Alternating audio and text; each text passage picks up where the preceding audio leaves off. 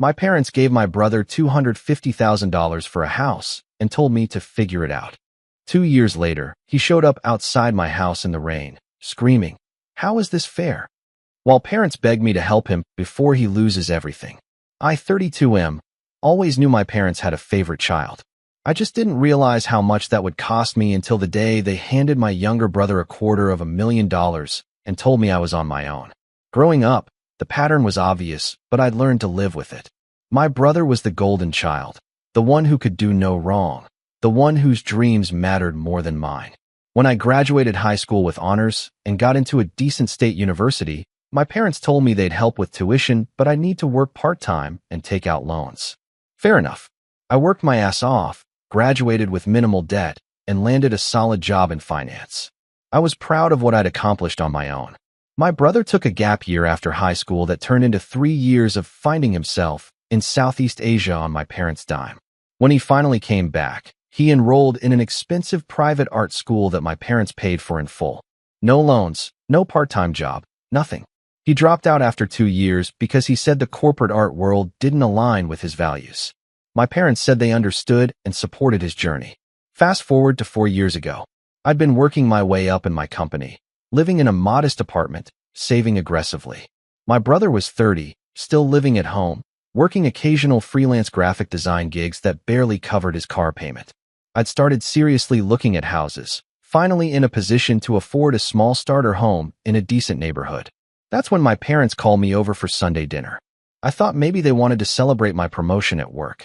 Instead, they sat me down and explained that they were giving my brother $250,000 for a down payment on a house.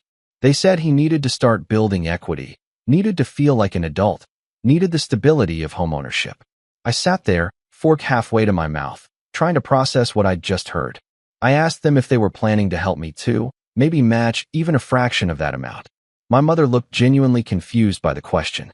She said I was doing fine on my own, that I had a good job and didn't need help. My father added that my brother needed this more than I did, that I should be happy for my sibling.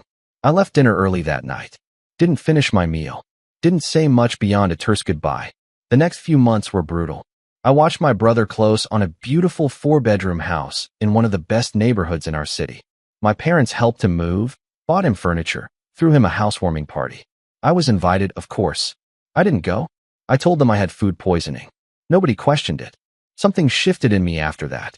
I'd spent my whole life trying to win my parents' approval through achievement, through being responsible, through doing everything right. And what had it gotten me? Nothing. My brother had coasted through life and been rewarded for it. I realized I was done trying to make them see my worth. I doubled down on work, took on extra projects, networked obsessively, made myself indispensable. I stopped going to family dinners, stopped answering every call, stopped being available whenever my parents needed something. They noticed, sent me concerned messages asking if everything was okay. I kept my responses brief. I was busy. I was fine. I was focused on my career.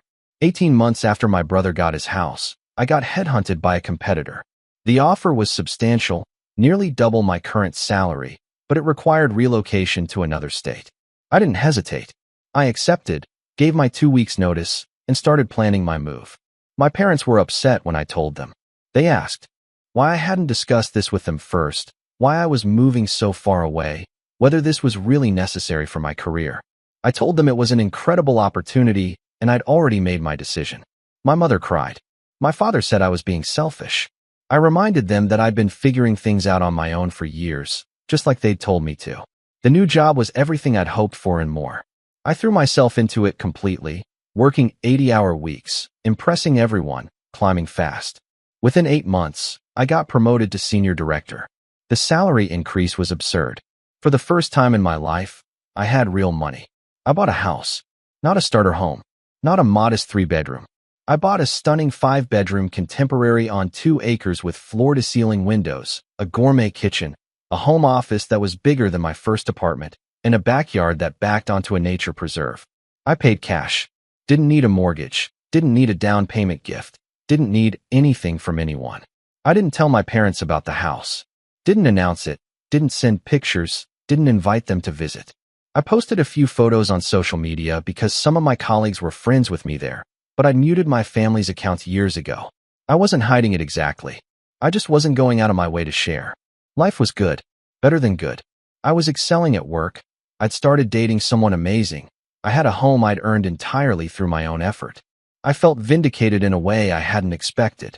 I didn't need my parents' approval anymore because I'd proven to myself what I was capable of. Then, 2 weeks ago, everything exploded. It was a Saturday evening, raining hard, the kind of weather that makes you grateful to be inside. I was in my kitchen cooking dinner when my doorbell rang. Then it rang again. Then someone started pounding on the door. I looked through the security camera and saw my brother standing on my porch, absolutely drenched, looking unhinged. Behind him, parked in my driveway, was my parents' car. I could see them sitting inside, watching. I opened the door, and my brother immediately started screaming.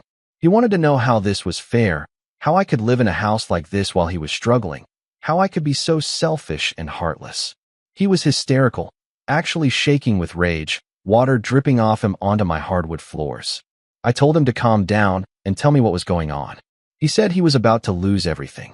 The house, his car, his entire life. He said I had to help him, that family helps family, that I owed him.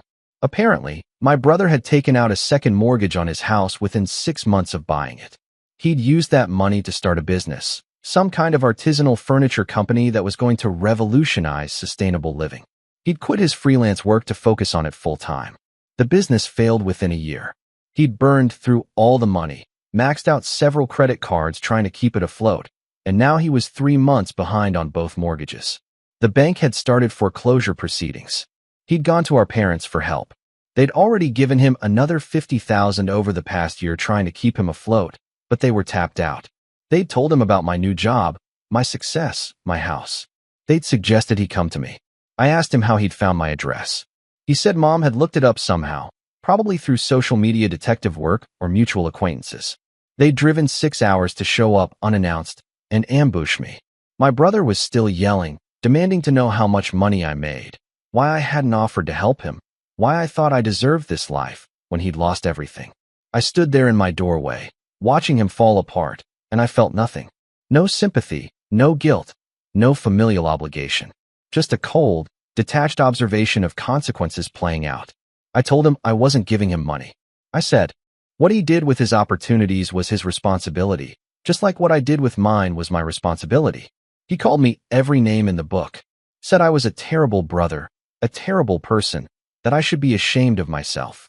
My parents finally got out of the car and came to the door. They were calmer than my brother, but the message was the same.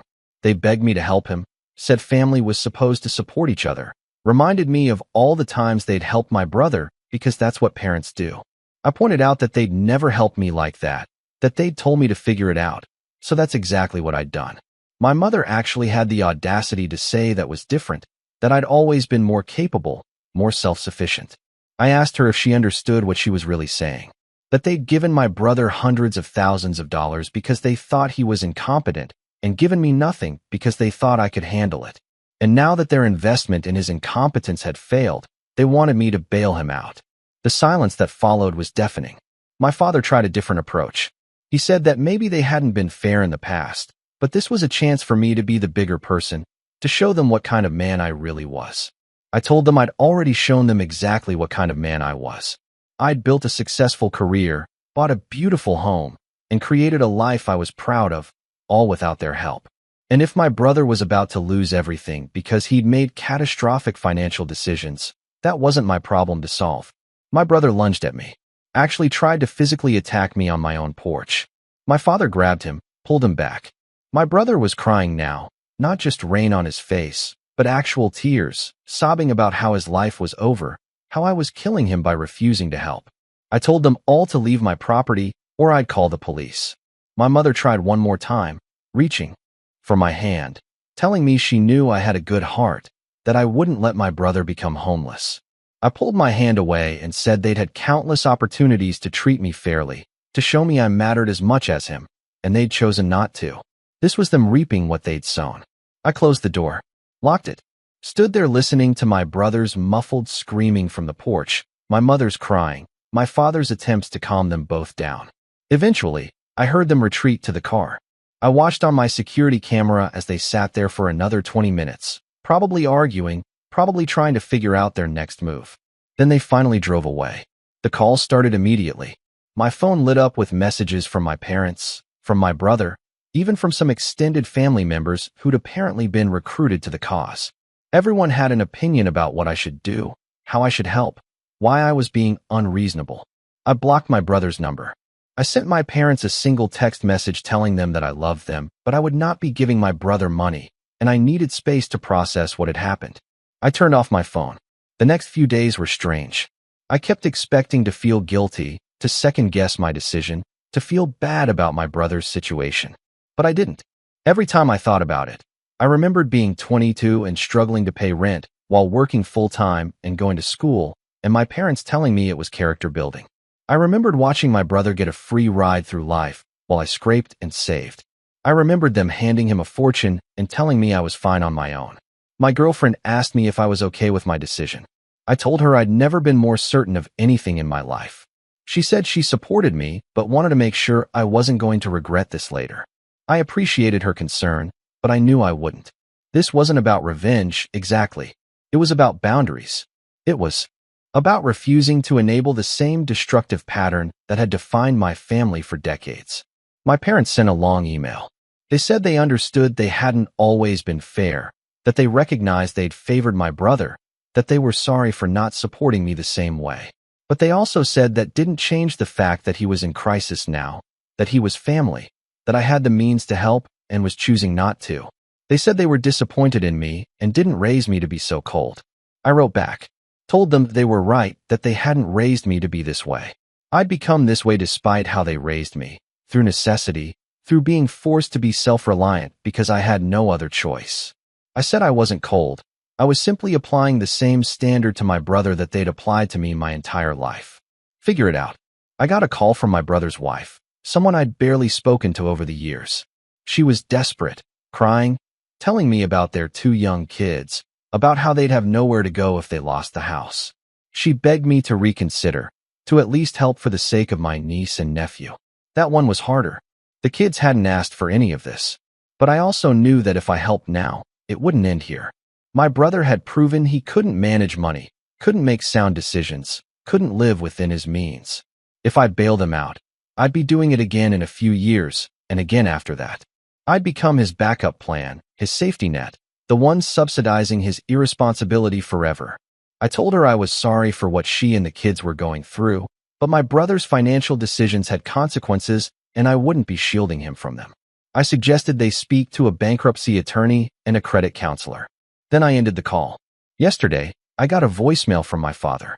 His voice was different, defeated. He said the house was gone, that my brother had officially lost it to foreclosure. They were moving in with our parents temporarily, all 4 of them crammed into the 3-bedroom house I grew up in. He said he hoped I could live with myself knowing I could have prevented this. Then he hung up. I saved the voicemail, not because I felt guilty, but because I wanted to remember this moment. The moment my family finally understood that I wasn't their backup plan, their safety net, their emergency fund for when their favoritism backfired. I thought about my brother's kids losing their home, and I felt bad for them. But I also thought about how they still had a roof over their heads, food, family support. They weren't on the streets. They were just learning earlier than I did that actions have consequences. I went to work the next day and absolutely crushed a presentation I'd been preparing for weeks. My boss pulled me aside afterward and mentioned they were considering me for a VP position that would come with another significant raise in equity in the company. I thanked him, went back to my office, and looked out the window at the city below. I'd done this, built this life, earned this success, created this stability. Not because my parents believed in me or invested in me, but in spite of the fact that they didn't. And I'd be damned if I was going to apologize for it or feel obligated to subsidize someone else's poor choices because we happened to share DNA. My phone buzzed. Another message from my mother. Another guilt trip, another plea, another attempt to make me responsible for fixing a problem I didn't create. I deleted it without reading the whole thing. I'm sure there will be people who think I'm heartless, who believe family should help family no matter what, who can't understand how I could let my brother lose everything when I have so much. But those people didn't grow up watching their sibling get handed every advantage while being told to figure it out alone. They didn't spend decades being treated as less important, less worthy of investment, less deserving of support. I didn't cause my brother's foreclosure. My parents' unequal treatment didn't cause it either, really. What caused it was my brother's decision to take out a second mortgage for a risky business venture, his decision to quit his income, his decision to spend money he didn't have on a dream he hadn't properly planned for. I just refused to save him from his own choices. And I'm okay with that. Some might call it revenge. I call it justice. The poetic kind, where the universe finally balances the scales without me having to do anything except stand firm and protect what I've built. My parents gave my brother every advantage and told me to figure it out. So I did. And now that he's lost his advantages through his own mistakes, they want me to give up what I've figured out to save him. The answer is no. It was no when they showed up in the rain. It's no now, and it'll be no if they ask again tomorrow. I figured it out on my own. He can too. That's fair.